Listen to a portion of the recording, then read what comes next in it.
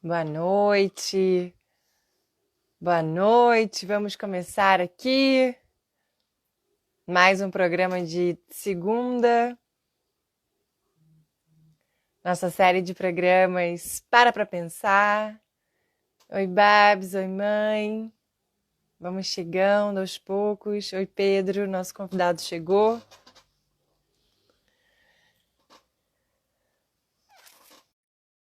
Muito bem. Vamos entrando, pessoal. Oi, Diego. Oi, Pedro. Boa noite. Boa Boa noite a todos que noite. estão nos assistindo. Bem-vindo. Estamos aqui aquecendo, as pessoas estão entrando. Beleza. Obrigada por estar aqui com a Eu que gente agradeço. hoje. Toda segunda-feira a gente está fazendo essa live que chama-se Para Pensar, onde a gente está trazendo conteúdos para inspirar as mudanças que cada vez mais se aproximam de nós e clamam, né, por mudanças, por novos ciclos, a tão famosa chamada nova era, nova terra, os projetos aí para que a gente possa melhorar, né, a qualidade de vida dos seres humanos.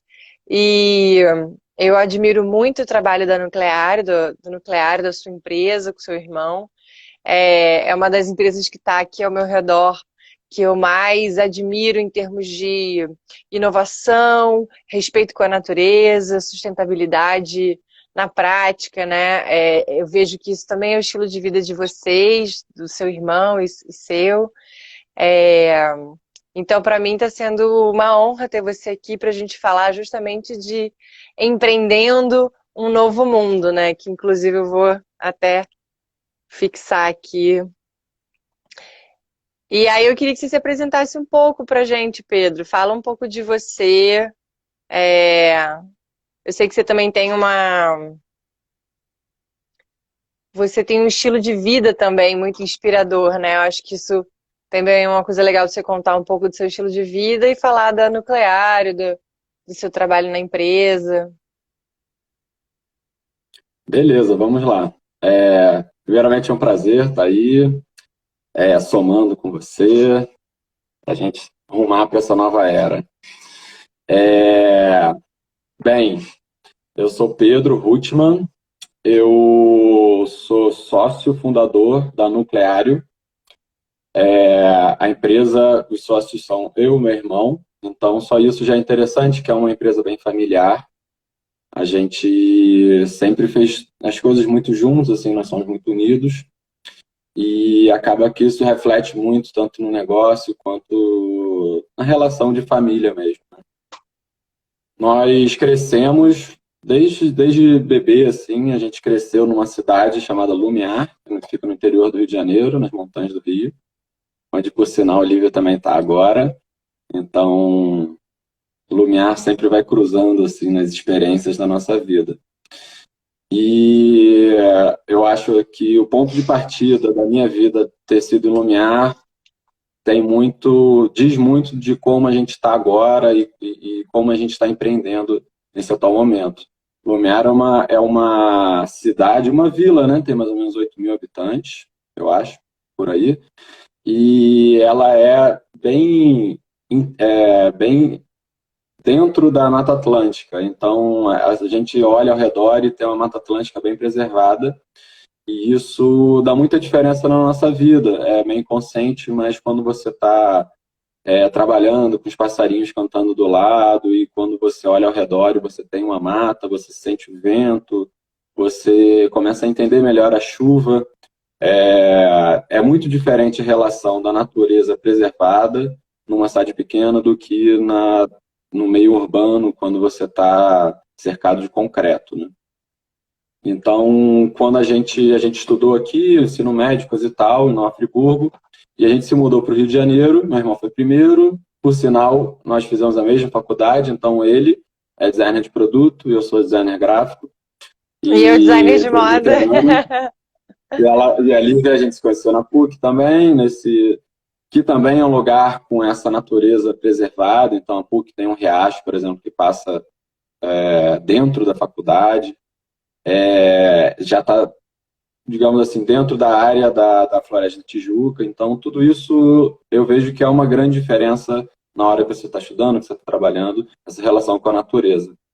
E lá eu fiz design gráfico, meu irmão design de produto, e foi como graduação do Bruno que ele começou a se debruçar sobre o tema de reflorestamento.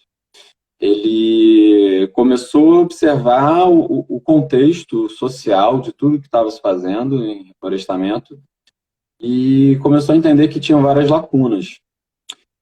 Ele começou a se debruçar principalmente sobre a lacuna da mão de obra e da manutenção, que é um grande gargalo da restauração florestal no Brasil. Então, pouca gente para pensar, mas não é simplesmente a tarefa de restaurar florestas, né? Não é simplesmente você plantar uma árvore, e sim todo o tempo que você vai ter que ficar cuidando dessa árvore para que ela sobreviva. Se você plantar milhões de árvores e não voltar lá mais naquela área, ela tem grande chance de morrer. Assim, mais de 90% de chance de todas as mudas que foram plantadas morrerem. Então, acaba que essa tarefa de manutenção, que até hoje é muito manual, foi o grande gargalo que a gente observou, e aí o Bruno começou a debruçar e criou um conceito, a primeira versão do nucleário, que era algo altamente ousado para ser disperso de helicópteros ou drones. E a gente, a partir disso, a gente começou a olhar para o mercado e começou a entender que no mercado aquilo poderia ser diferente. E a gente começou a rumar para um produto mínimo viável, que é o que dentro do universo de empreendedorismo se chama MVP, Minimal Product Viable. Então, Viable Product, na verdade. Então, a gente começou a observar o que as pessoas estavam querendo no mercado e viu que algo disperso do avião, de helicóptero, de drone ia ser muito complexo. Então, a gente viu que era melhor mexer só na etapa do pós-plantio. Então, o plantio com o nucleário hoje em dia ele é feito da mesma maneira. Depois do plantio, que você instala o produto ao redor da muda e esse produto faz com que a muda tenha uma autonomia de sobrevivência. Você não precisa ficar ali regando, não precisa ficar controlando o mato ao redor. Então, tem Eu acho que diversas só. funções, né? Muito bem. Eu acho que só uma coisa que você falou muito interessante sobre o MVP, que eu acho que já é uma primeira dica, né, para empreender um novo mundo, né? Começar com testes, começar com pequenas validações antes da gente querer já investir muito dinheiro, sem ter essa validação do público, sem ter esse entendimento da necessidade. Foi como você falou, né? Vocês observaram uma necessidade do mercado, uma lacuna, né? E isso também é muito interessante para a gente empreender um novo mundo. A gente entender onde estão as questões primordiais que precisam de desenvolvimento e atenção. E não empreender mais do mesmo, né? Eu vejo muitos setores saturados porque as pessoas perderam essa pergunta-chave para quem faz design, a gente sabe muito bem, né? Que qual é a relevância desse produto para o mundo, né? E aí eu acho que a relevância do nucleário é uma das mais belas, porque ele fala de reflorestamento, né? Fala da gente cuidar das mudas, que é cuidar da nossa casa, né? As árvores são as nossas, a nossa fonte de oxigênio vem da natureza. A gente chegou num ponto que a gente está tão distante dessa compreensão de que sem a natureza a gente não vive, que eu acho que a mensagem que o nucleário traz, ela é fundamental para os dias de hoje, né? E aí eu queria que você falasse um pouco como é que é essa relação do nucleário, do produto do nucleário com a natureza, né? Falar um pouco de biomimética, explicar o que é esse termo, né? Que acho que é um assunto que vale a pena, porque o que eu vejo é que cada vez mais as empresas precisam estar de mãos dadas, em harmonia com a natureza, e vocês fazem isso muito bem, né? Sim, antes de entrar na biomimética, que é um assunto bem profundo e que a gente vai embora e dá para falar muito tempo, Pegando um pouquinho, você falou da importância, né, das florestas. Hoje em dia tem vários estudos sobre mudanças climáticas e como mitigar essas mudanças climáticas. E isso até é um estudo do The Nature Conservancy, TNC, tem no site, se alguém quiser pesquisar mais a fundo. E lá na ATNC, que é uma ONG internacional muito respeitada, ela diz que a principal maneira de mitigar as mudanças climáticas é plantando árvores. Então, tem vários modos de você tanto preservar a natureza, quanto você reduzir o uso de certas tecnologias, certos instrumentos. Mas para mitigar realmente mudanças climáticas, tem que plantar árvores. Mitigar é conter. Conter, isso, reduzir as mudanças climáticas. E então a principal estratégia que deveria ser, né, aplicada no mundo seria, primeiramente, ter um desmatamento zero, né, preservar o que a gente tem agora, que já não é feito, e ao mesmo tempo que começar a restaurar ecossistemas de uma forma bem ativa. E essa sim seria a principal maneira para a gente não subir a temperatura do planeta, não descongelar as calotas polares, e assim vai todas as questões de mudança climática.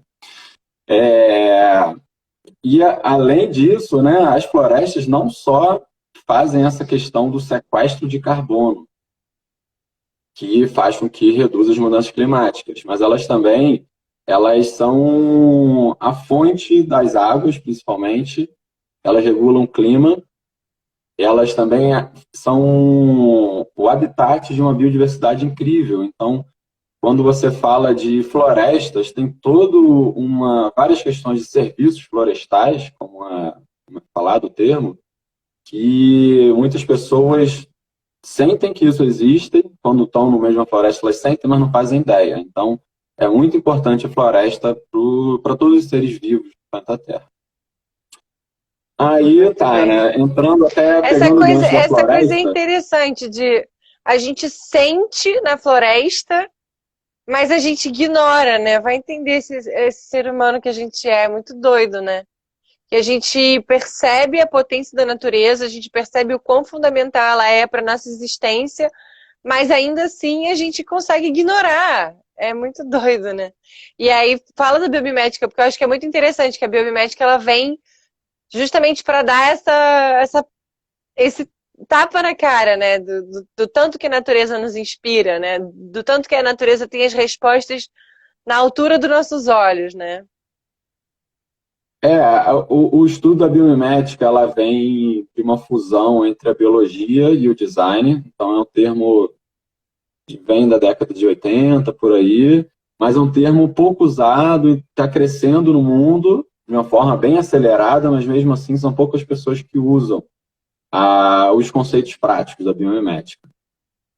A biomimética vem de mimesis bio, né? Então é como você imitar a natureza, basicamente. Então é um estudo de observação da natureza, tanto do macro ao micro. Então você observar, por exemplo, uma célula, como é a parede celular, ou desde como funciona uma folha. Todos os fractais de escala estão dentro desse estudo, e o que torna algo muito complexo, porque dependendo do estudo vai entrar no ramo de nanotecnologia, de microscópicos e coisa e tal. A gente, na Nuclear, a gente está numa escala mais humana, digamos assim. A gente, como eu já estava falando, a gente cresceu cercado pela Mata Atlântica, então as nossas inspirações biomiméticas vêm da Mata Atlântica. No produto em si, ele tem 3 bioinspirações principais. A primeira são as sementes aladas. As sementes aladas, elas são sementes feitas para serem dispersadas no vento.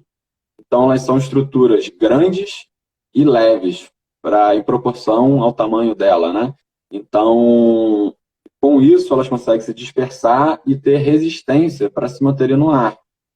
E elas possuem nervuras estruturais, que é o que fazem com que elas sejam leves, uma camada muito fininha, uma película muito fina.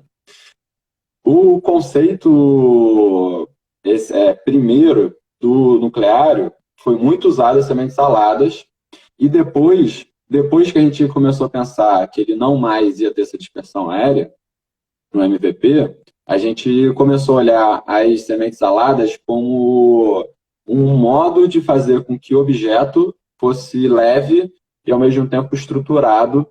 E muitas dessas sementes saladas, elas possuem estruturas aeradas, internas, que é onde vem a semente, normalmente.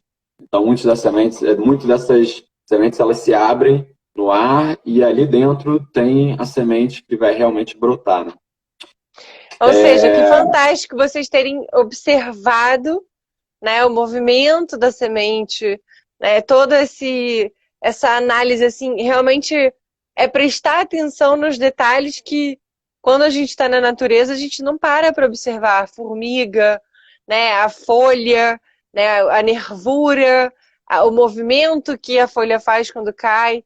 Né, eu acho que isso também é muito poderoso, porque é a gente se perceber no todo, né? A gente se integrar com essa fonte que tudo é, né? E eu adoro quando vocês falam da bromélia, o produto nuclear em si, né? Tem uma estética muito parecida com a bromélia. Você tem como mostrar? Você tem um nuclear aí perto, um dos modelos antigos, não? Tem na mão aí, não? Tenho, posso pegar depois. Tenho. Justamente, né, na segunda bioinspiração continuam sendo as bromélias, que são as campeãs da Mata Atlântica em acúmulo de água. As bromélias, elas mesmo em momentos de seca, ou então em locais secos, se você olhar para uma pedra, uma pedreira, basicamente você vai ver só bromélias ali. Porque são o tipo de espécie que consegue sobreviver nesses lugares secos. E mesmo assim, você vai olhar dentro dela e vai ter umidade, vai ter água.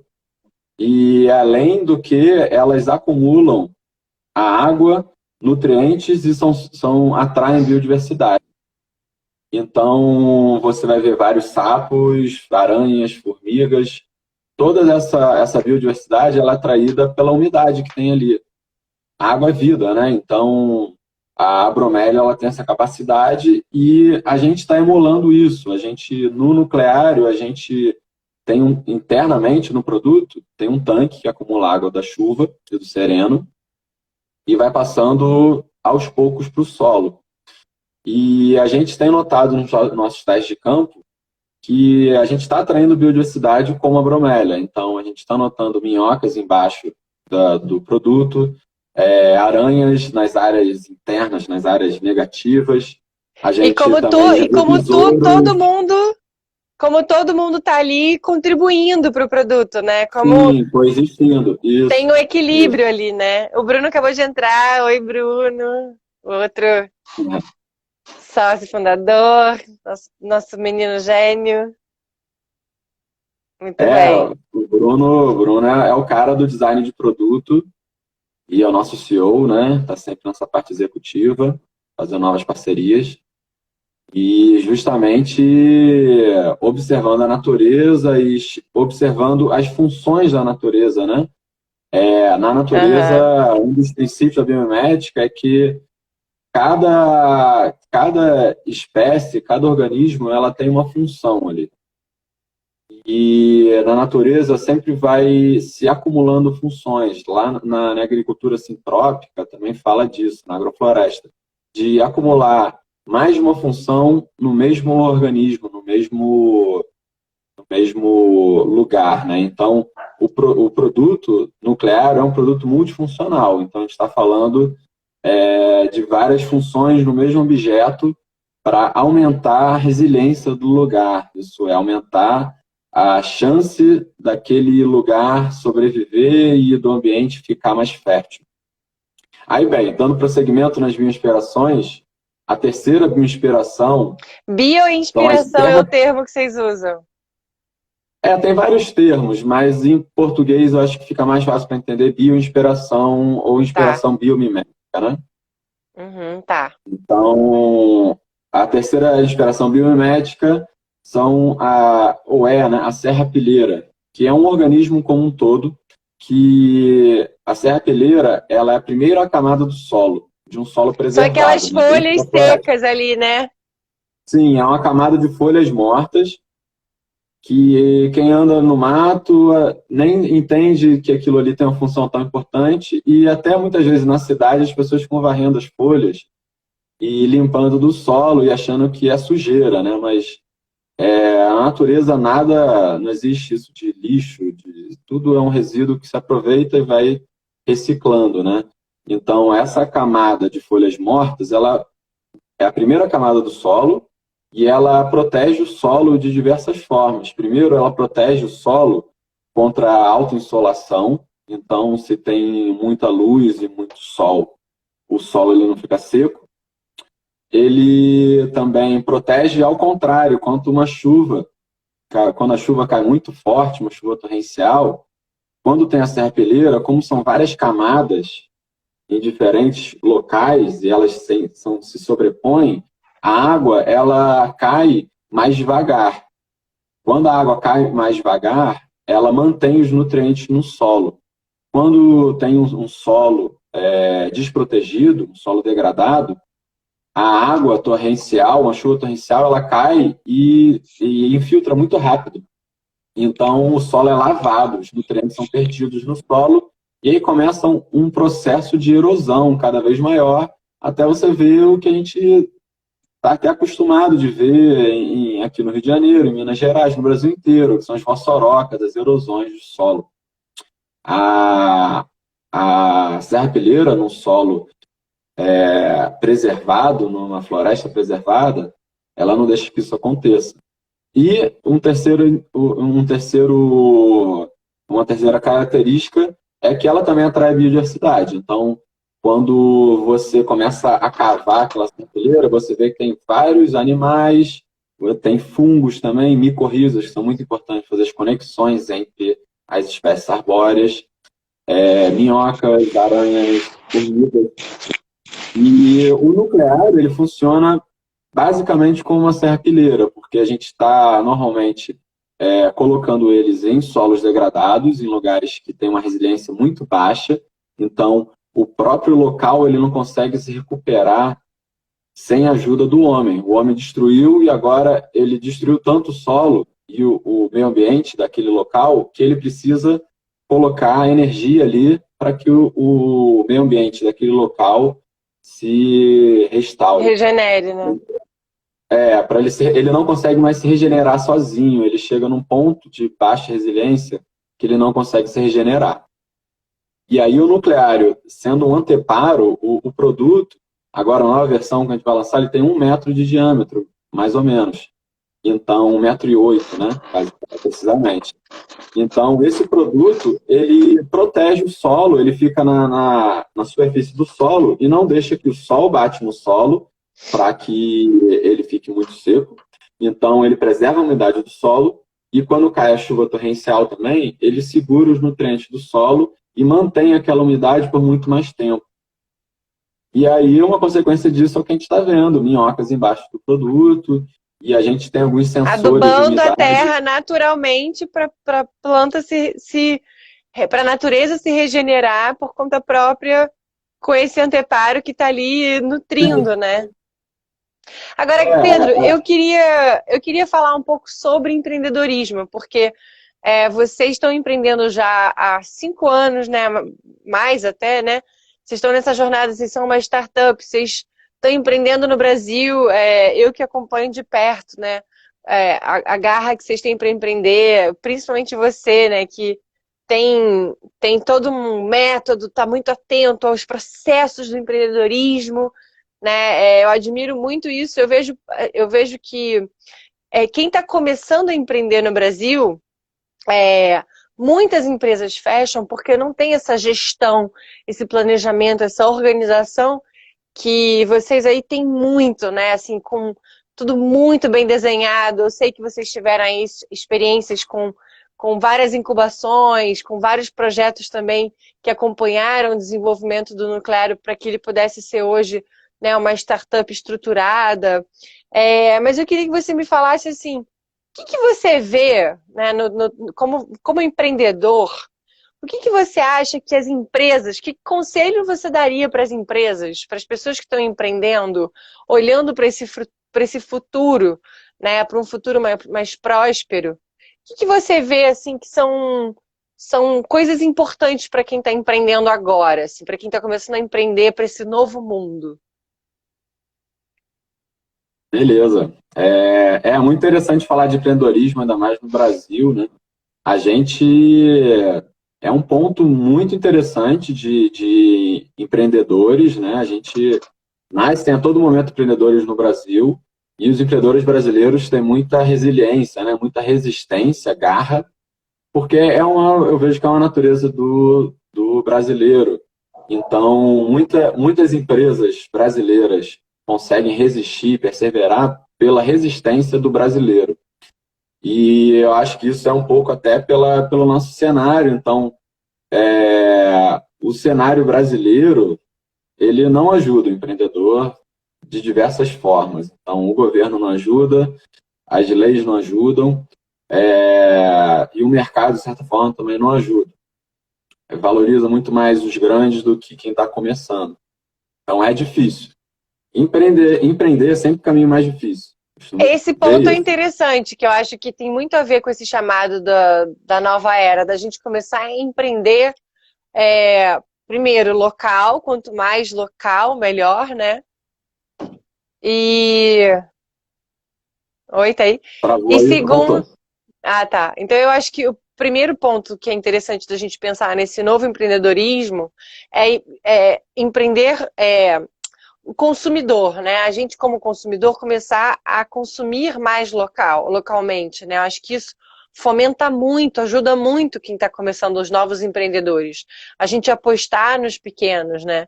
E como a gente tem visto aí vários escândalos com empresas grandes também.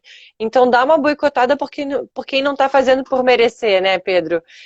O Nucleário tem também esse papel de ajudar essas empresas grandes a reflorestarem, né? Boa parte do que as empresas grandes não tiveram o compromisso, né? Ou estão passando a se comprometer agora com essas ações de reflorestamento. Então, eu acho que também é interessante a gente começar a valorizar mais o que é nosso, né? O que está dentro de casa, o que está perto, o que está sendo feito por quem, tipo, está mandando ver e sendo resistente. Para as empresas grandes, a gente é focado em vender para as empresas, corporações grandes que demandam áreas muito grandes de restauração florestal e que não conseguem realizar esse trabalho. Então, além disso, também para empresas que prestam serviço de plantio e que realmente estão em campo, né? Falando do empreendedorismo, a gente, a gente é uma startup ainda, né? A gente está começando o processo de escalar e hoje em dia virou quase que um estilo de vida, né? Startup style, uma coisa assim que tem vários conceitos de startup no mundo, várias leituras interessantes e que as pessoas começaram a aderir isso de uma forma muito, muito rápida, eu digo. E veio muito esse conceito do startup das empresas de tecnologia, de software, que tem uma curva de crescimento muito grande. E não é o nosso caso. Então, se você está fazendo um site de vendas, um e-commerce ou uma coisa, um software para, sei lá, para uma análise de alguma coisa ou um marketplace, a curva de crescimento disso pode ser exponencial e você consegue ganhar mais consumidores muito rápido. E aí começa a ficar tudo muito ágil. Então, a empresa pode mudar de cenário muito rápido. E aí que vem os conceitos do startup, Lean Startup, né? Então, é uma startup ágil. A gente Enxuta, né? enxuta e ágil, mais do que enxuta é ágil. Porque mesmo quando ela começa a crescer, ela tem que tomar decisões ágeis e mudar de caminho, de direção muito rápido. Um dos grandes ensinamentos de startup é você errar rápido. Então, você testar a sua hipótese rápido, o mais rápido possível, né? E minimamente possível. Aí vem o conceito do MVP, do mínimo produto mínimo viável. E você vê qual é o erro que você está cometendo e consertar a sua direção. A gente é diferente porque a Nuclear é uma empresa de tecnologia, mas de hardware. Então, a gente tem um produto, um dispositivo. Quando a gente começa a falar de desenvolvimento de produto, é um caminho longo e muito trabalhoso e que demanda tempo. Não tem como ser tão ágil quanto fazer um MVP de um software, por exemplo. E ali a programação que você vai começar a digitar e ver e começar a testar sem ter algo que é tão acabado. Como a gente trabalha com algo físico, ele tem que ser minimamente acabado para existir. A gente está trabalhando como se fosse uma argila, a gente está modelando a matéria. Então, para aquilo funcionar minimamente, tem que ter uma energia muito grande. Então, até o Bruno costuma falar isso, assim, e eu acho muito, muito interessante, não é à toa que se chama hardware, porque é hard, é difícil. É, é muito difícil desenvolver um produto e chegar até o final do desenvolvimento. E um outro conceito interessante de empreendedorismo são os feedback loops. Então, o feedback loop é quando você entrega alguma coisa para o mercado te responde de volta o que ele achou daquela coisa. Justamente pensando nesse conceito de ser mais ágil possível. E aí, quando você recebe essa resposta do mercado, você entrega outra coisa. E aí o mercado te devolve. E isso torna um feedback loop. E aquilo continua reciclando, E aí você reciclando consegue e vai inovar, né? aprimorando. Você Isso, você consegue vai estar ir. sempre inovando e melhorando a sua tecnologia. Os E isso. feedback loops de um hardware, de desenvolvimento de hardware, são muito mais lentos do que de um software. Então, se Isso, quem esse. está querendo empreender um hardware, saiba disso, que exige muito mais entendimento do que você quer fazer e as suas decisões são muito mais difíceis de serem tomadas, porque vai ser requerido muito mais tempo para depois você ter esse feedback, para depois mudar de direção, consertar essa sua direção. Isso que você falou é muito interessante dos feedbacks loops, né? Porque é até uma forma da gente, por exemplo, quem teme muito ser copiado, e eu acho que quando você tem isso, quando você tem o chip da inovação, quando você está preparado para mudar de uma forma ágil, no sentido de não mudar a essência do negócio, mas mudar o formato, né? Isso é uma forma da gente se proteger contra a cópia, contra uma concorrência desleal, né? Com certeza, o pioneiro ele tem que estar sempre sendo pioneiro. Não adianta falar que 20 anos atrás eu inventei uma coisa e vieram os chineses e copiaram tudo. Não, não é assim. A culpa foi sua, não foi dos chineses. É porque você não continuou fazendo esses feedback loops e inovando. Boa. Tem que estar sempre inovando. Assim, voltando na sua primeira pergunta, que eu anotei aqui, um conselho que eu poderia dar para quem está querendo inovar e pensando, né, nesse tema que a gente está falando, dessa nova era, uma palavra que me vem à cabeça e que a gente está cada vez se debruçando mais nela é propósito. Então, qual é o seu propósito, primeiro? Qual é o propósito das pessoas que estão se relacionando com você nesse negócio, né? Tanto na sociedade quanto os próprios colaboradores. E o que esse propósito está relacionado ao negócio e à sociedade. Então, o que esse seu propósito ele tem para oferecer, né? uma relação com a sua essência e com o que você quer oferecer para uma sociedade dessa nova era, né? Uma sociedade mais justa, né? É uma sociedade mais sustentável. Exatamente, e aquilo, né? Para a gente oferecer alguma coisa que tenha muito propósito e muita relevância na vida das pessoas, a gente também tem que estar fazendo com que isso preencha o nosso propósito de vida, com que isso nos dê satisfação, nos dê alegria, né? Eu acho que você fala com tanta propriedade do nuclear porque você vive essa realidade, faz parte de você, é uma coisa natural para você, é o seu habitat, né? Te dá alegria, você se reconhece nisso. Então não adianta a gente procurar oferecer alguma coisa que está muito distante da nossa essência, do que a gente realmente veio realizar que eu brinco, que eu chamo de chamado divino, né? Qual que é o seu chamado do coração? Aquilo que você sente que você pode desenvolver e que vai ser lindo para dentro e para fora, né? Que vai contribuir com um mundo melhor, ao passo que também vai te fazer feliz e vai te dar autorrealização, né?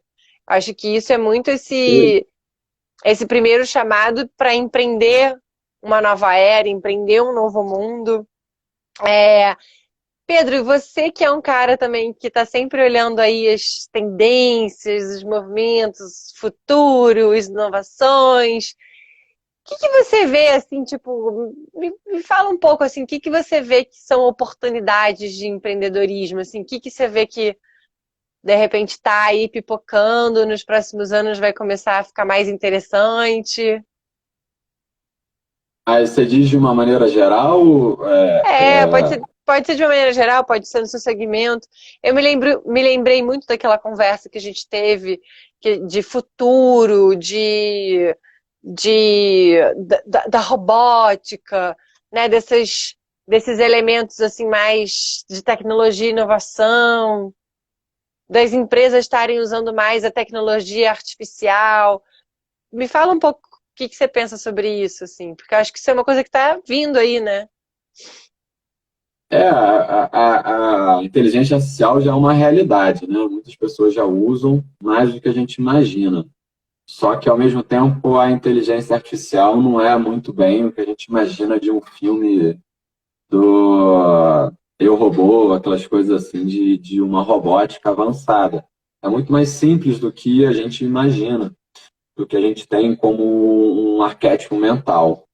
A inteligência artificial, ela vem para conseguir resolver alguns cálculos que para a gente é muito complexo e muito caótico. Então, eu acho que o AI vai cada vez mais crescer e para coisas, soluções básicas, como descobrir qual muda que está precisando de tal nutriente.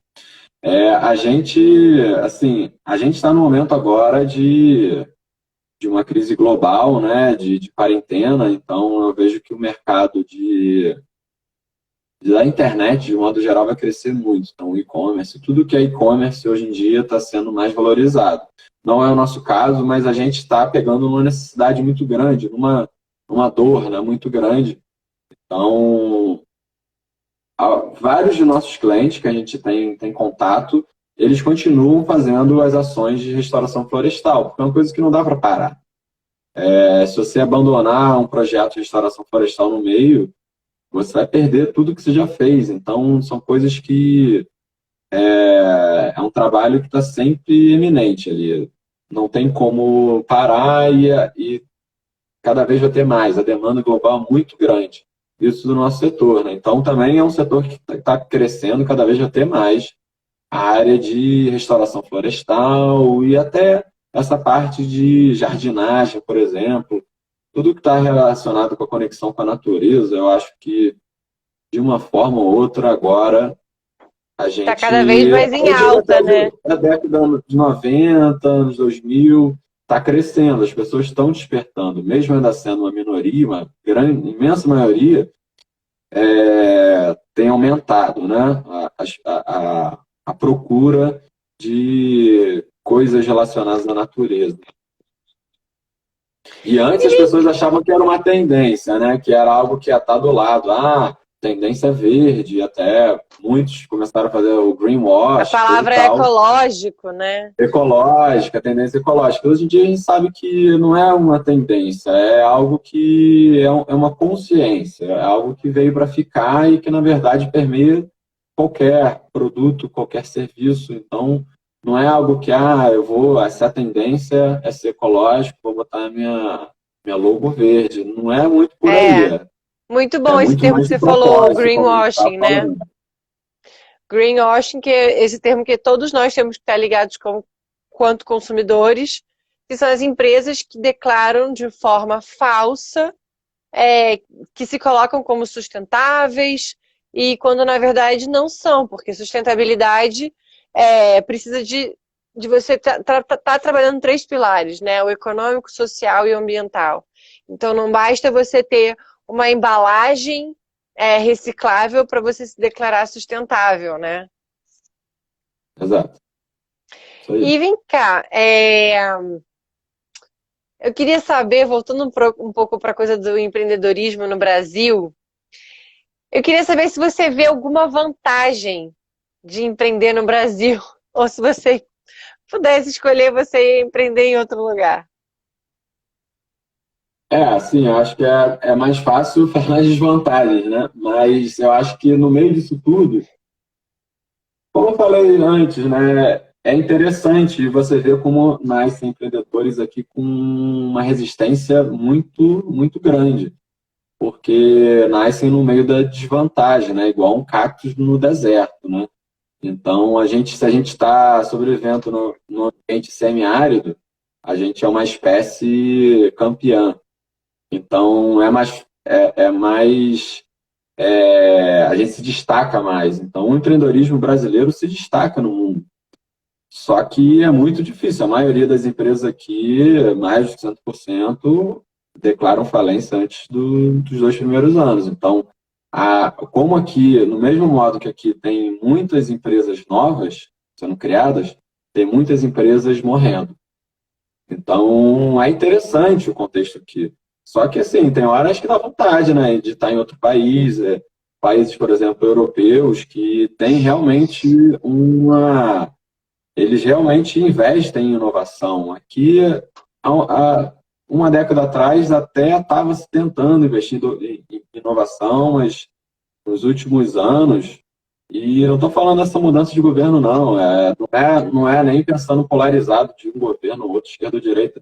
Ambos os casos, já há um tempo, há umas 2 décadas, 3 décadas, estão sucateando a indústria brasileira. Então, a gente só exporta commodity, importa equipamento. Então, é complicado. Vamos boicotar, Complicado, né? mas assim nascem os campeões. Como é que é?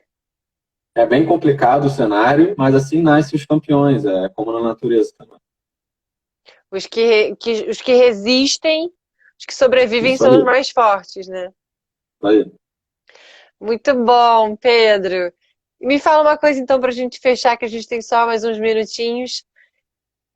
Empreender um novo mundo é?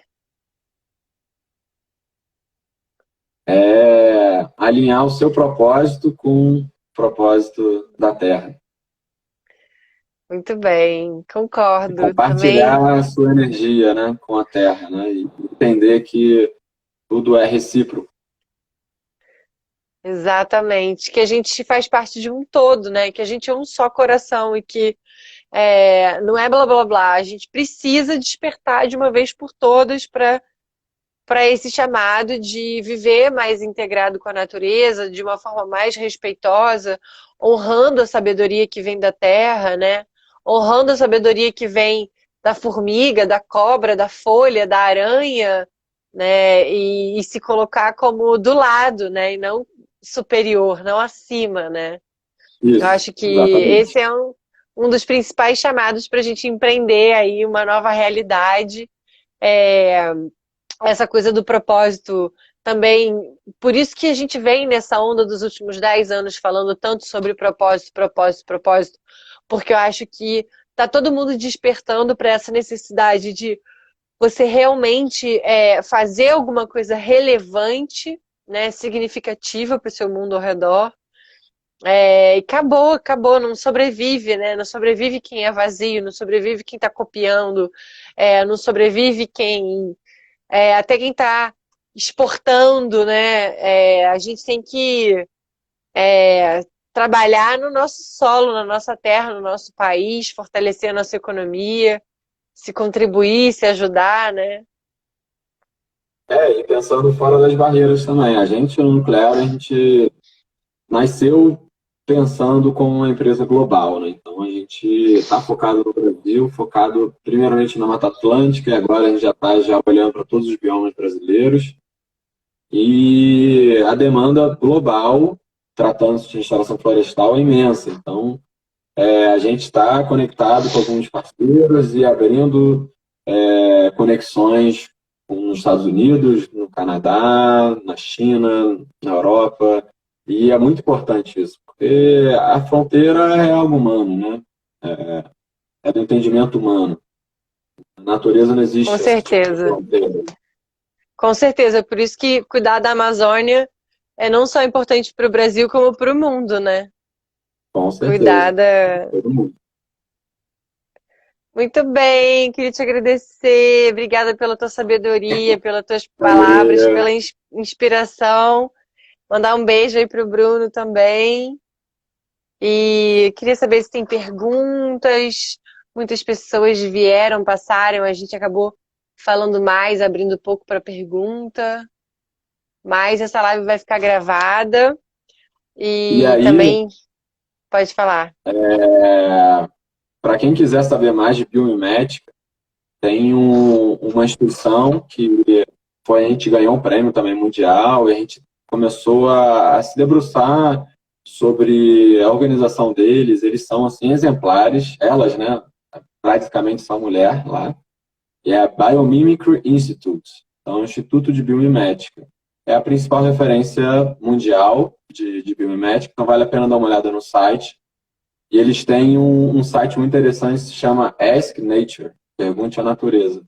Ai, E que no site legal! Ask Nature você pode perguntar, por exemplo, como que a natureza acumula água. E aí vai aparecer lá o exemplo da bromélia. Olha só, Então, vale a pena uma entender ótima dica. como funciona a biomimética a partir dos olhos de Biomímica do Instituto. E aí também dêem uma olhada lá no site, para quem ainda não conhece, Nucleário, e lá, Nucleario.com. nucleario.com, lá tem todas as informações, tem vários vídeos, tem nosso canal do YouTube também. Muito bem, muito bem, adorei. Obrigada, ótima semana pra gente. Valeu. Valeu, obrigado pela oportunidade. É isso aí. Tomando para o novo mundo. Isso aí. Obrigada a todo mundo que entrou, que ficou, que nos escutou, que participou aqui com a gente um pouco dessa conversa. Eu espero que tenha te inspirado a se integrar mais com a natureza, né? A pensar se você vai fazer algum movimento de empreender nesse respeito, nesse casamento com essa fonte de sabedoria. E lembrar que toda segunda a gente tem aqui, então, esse programa que é o Para Pensar, que a gente vai estar sempre trazendo convidados, pessoas inteligentes, cabeçudas, CDFs, que nem o Pedrinho, que nem a Bebel Clark na semana passada. Né? E eu vou estar sempre aí também equilibrando uma mulher e um homem como convidados, para a gente também parar com essas panelinhas e expandir também, que isso também tem a ver com a nova era, a gente integrar, né, o feminino e o masculino. Então, nos acompanhe aqui, que toda segunda noite a gente vai ter um Você Já Parou para Pensar? Então é isso aí. Obrigada, Pedro. Então a gente se encerra Valeu, aqui. obrigado, Lívia. Valeu, até a próxima. Até a próxima, gente. Tchau, tchau. Tchau.